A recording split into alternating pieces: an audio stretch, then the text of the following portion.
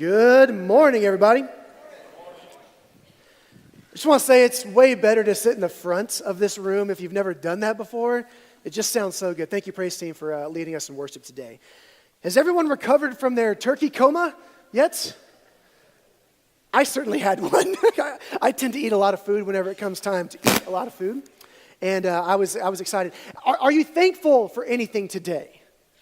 Did you have a chance to say that to somebody? I know that when we were gathered around our table up in Nashville where my aunt and uncle live, my aunt said, I would love for everyone to take a moment to go around the table and share something that you're thankful with. And so we all got to do that, and it was a wonderful thing. And perhaps you have a tradition like that in your home. I know that right now I'm super thankful that a man named Steve Jobs created something called the iPhone that has allowed me to get this brand new one a couple of days ago. I'm super pumped about that. But I'm grateful for lots of other things that I know a lot of y'all would agree with, family and friends, and a wonderful experience to get to worship God like this today.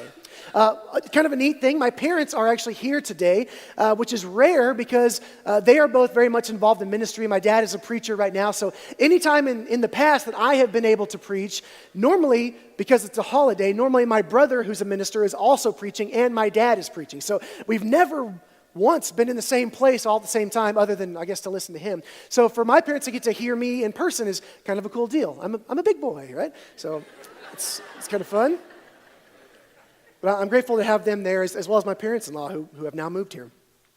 I wanted to start off by telling about a podcast that I recently listened to. I'm really into podcasts right now. It's kind of nerdy, but probably a lot of you guys are in the same deal. And I found this podcast by Malcolm Gladwell. He's a famous author.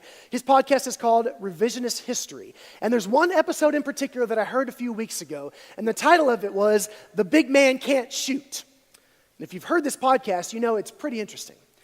He tells the story of a very, very famous basketball player who was dominant at scoring during his era in the game. This guy was so good at scoring that I had to look up some stats on this just to kind of understand just how good he was. And I looked up basically the highest scoring single games in the history of the NBA. And out of all of the players that have scored 60 points or more in a single game, it's happened 69 different times.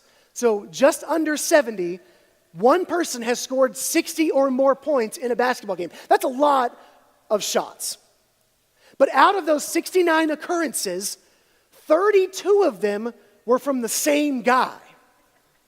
Like nobody else even comes close to the scoring ability of this guy, at least not in his era. 32 times he scored more than 60 points in a game. The top 10 are 6 of him. And the number 1 slot is when he scored 100 points in a basketball game. And many of you know who I'm talking about. It's this guy right here, Wilt Chamberlain. There's really never been anybody that has been like him. There are other people that you could argue have been better overall at the game, but nobody has been like him. Now, the percentage that you see there is his one black mark on his record, because he was really bad, like really bad, at shooting free throws. 51.1% is his career free throw average. And that's really bad. I looked at some other stats. So of people that have played, that have gone to the line more than 100 times, which basically means they're like a normal basketball player that has a normal career. So guys that have gone to the free throw line more than 100 times, he is the 6th worst of all time. But he's the best scorer, basically, of all time, but he couldn't shoot free throws to save his life. He's worse than Shaq. Seriously, Shaq is like 2 ranks above him in this list. Half the time he missed, but he could make any other shot, but not this one. In that game that he scored 100 points, he made 28 out of 32 free throws. You're like, whoa, that's really good. In fact, he was shooting almost 85% from the free throw line in that game. That doesn't sound bad at all. It sounds awesome, and it is. But he shot every one of those shots underhanded, which is what he's doing in this picture right here. It looks like maybe he's just settling himself. No, he's getting ready to throw a granny shot. It sounds ridiculous, but here's what else is interesting. 51% is his career average. There was one season where the majority of the season, he shot his free throws underhand. And he wasn't great, but he was shooting more like 61%, which is a significant increase. And that was really without practicing the technique. He just tried it for a while. But he was instantly better. And his best game ever, 28 out of 32 ones that he made shooting underhand. But here's the amazing thing about this. He'd been horrendous, and then he gets better. And you think to yourself, man, if he could make that much improvement in one season without really trying, what if he practiced? What if he continued to develop his underhand shooting technique? How much better could he have been? But after that season ended, his 100-point season, which I think was 1962, don't quote me on that, he went back to shooting overhand free throws and went back to being really, really bad at it. Why did he do that? That doesn't make any sense. If you're the best, why would you settle for something less than your best? In his autobiography, he addresses that question, and he basically says this. I'm not quoting directly, but I've heard this quote several times. He says, regarding underhanded free throws, I know I was wrong. I know that people before me and during my time and even after me have done a much better job shooting free throws than I did by shooting it underhand, because that's better. But I just couldn't stand to look silly like a sissy. We even call it a granny shot, don't we? But he was better at it than any other time in his career. But he didn't want to look like a sissy. Basically, even though he knew that would make him better, that he would score more points, he was unwilling to sacrifice something, in this case, a little bit of his pride, in order to be a better basketball player. He wasn't willing to suffer the cost. So this raises the bigger question. It's kind of the first question I have for us today. When we resist change due to external pressures, for him it was, what would people think? Well, they'd probably still think he was the best person ever, but to him, he didn't want to look like a sissy. When we resist change because of external pressures, even if we know that the change would be good for us, it was proven to him, it wasn't hypothetical, he showed he was better. Is it because that we don't think it's worth the costs? If we're not willing to change, even when we know it's better, is it because we don't think the change is worth the cost?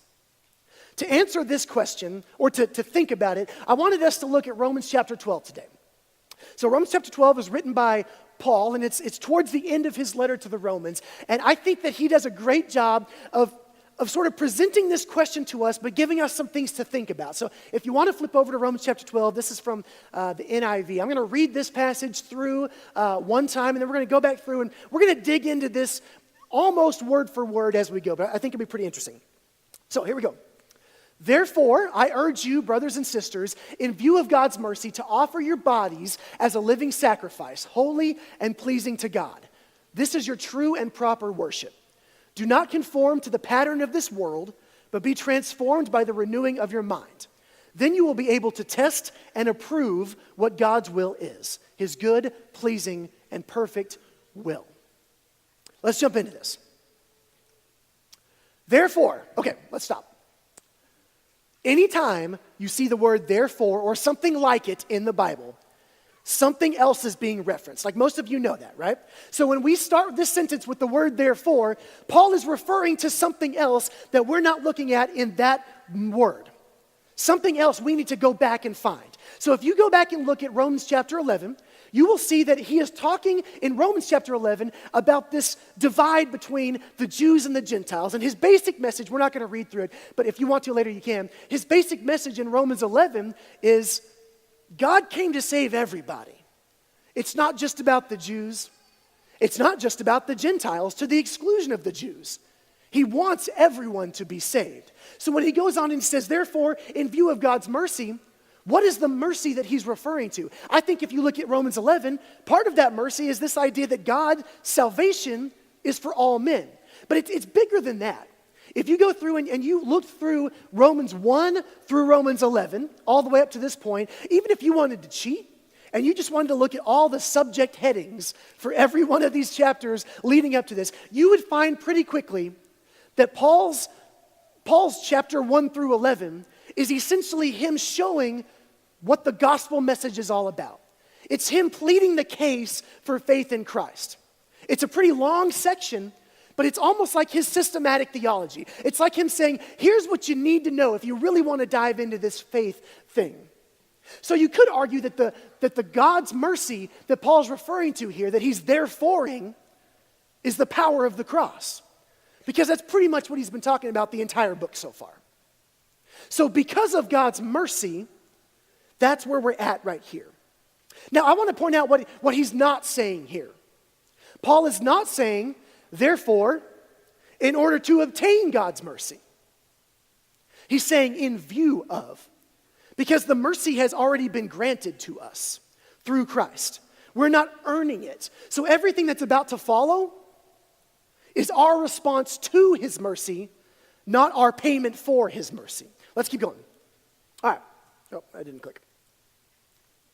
Offer your bodies as a living sacrifice. God is calling us into a relationship with him. He does not force us.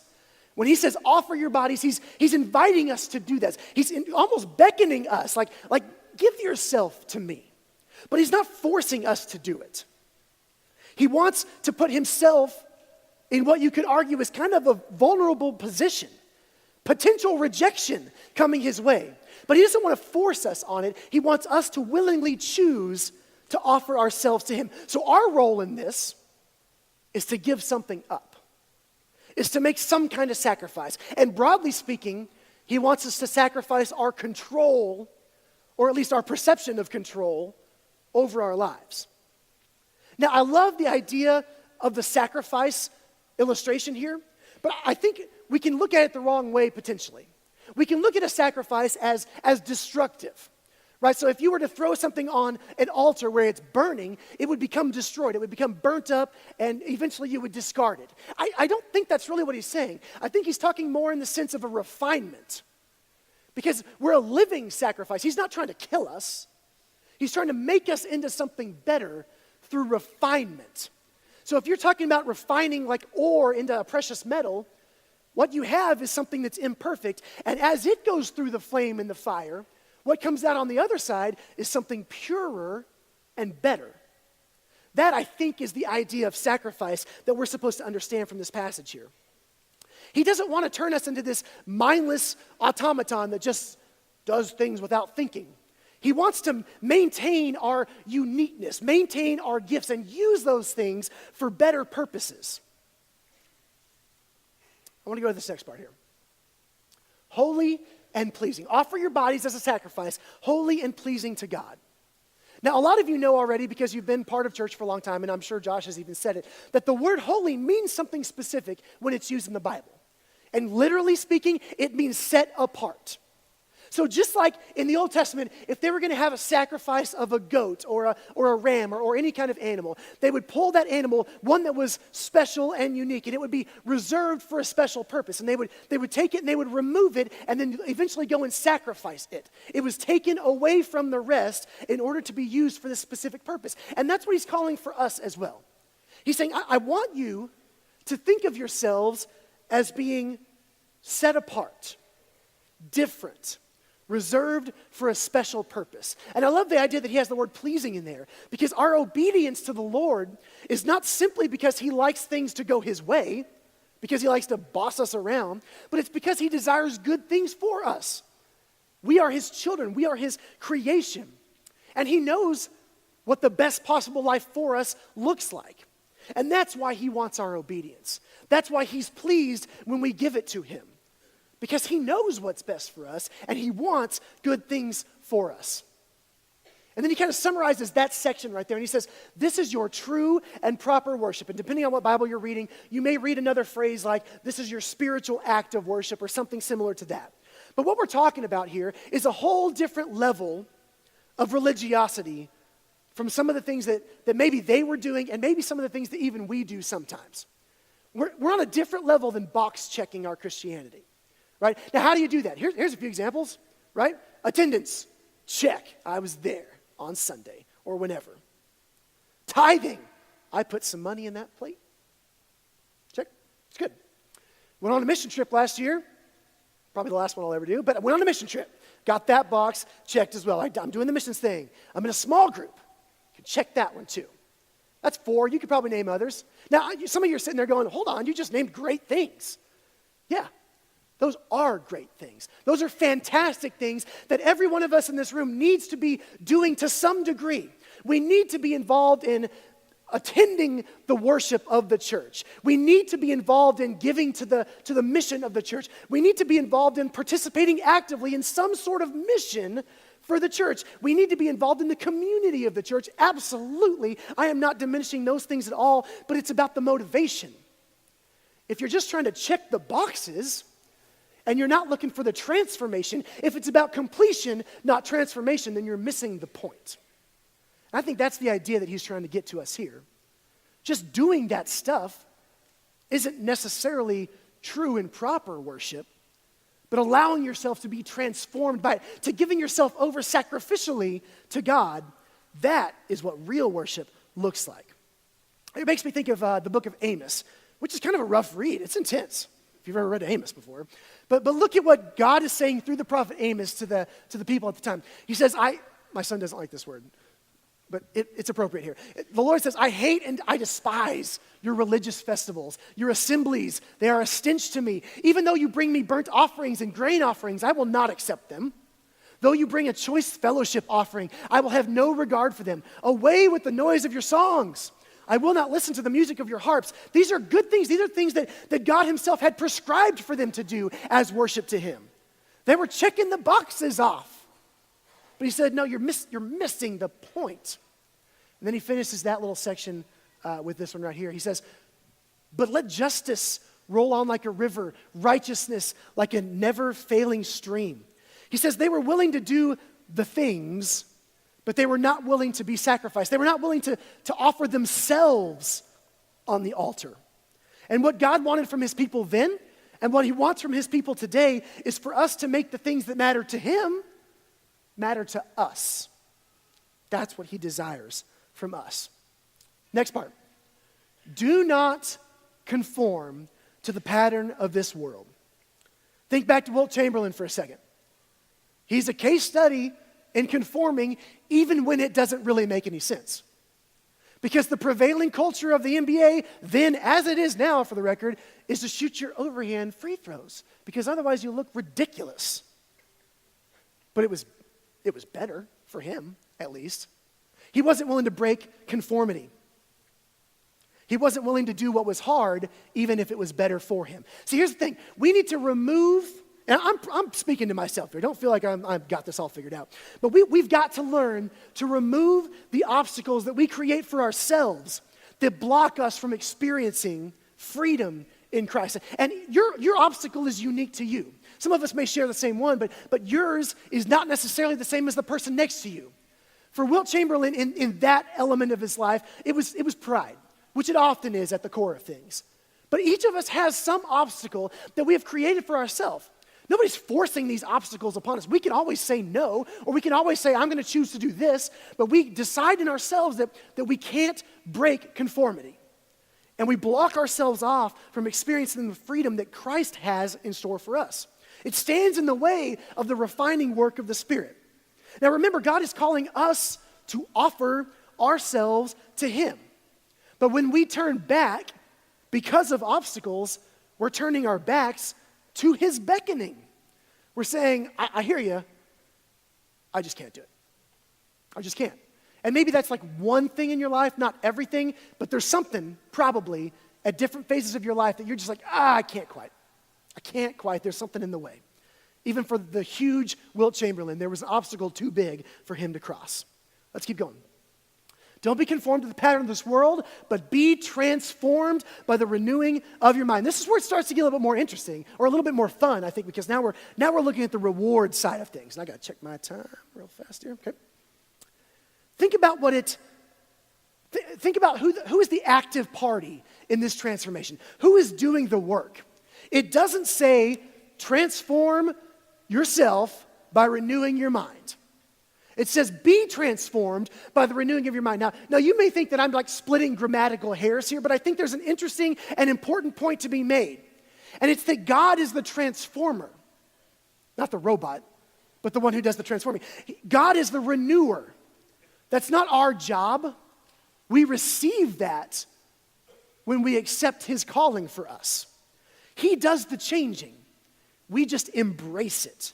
I think that's pretty cool. When I was trying to finish this up last night, I was tired, and my eyeballs from my contacts were really getting tired. And I actually thought, that's not a bad illustration. Because when I have to go to bed at night, in order for my eyes to function the next day, I take out my contact lenses, as many of you do, and I put them into a certain solution. And my particular solution is called Renew. Even looking at this image makes my eyes feel soothed right now. And if you have contacts, you know what I'm talking about, right? Because as the day progresses, your eyes get dirty. I don't know what it is, the bacteria or something. They get dirty and dusty, and your contacts can dry out. And so they require renewal. Mine require it every single night. I put it in this special solution, and the next morning, I'm good to go. They are refreshed, they are renewed, and I'm ready to start the day again. They're made new again, and that's fantastic.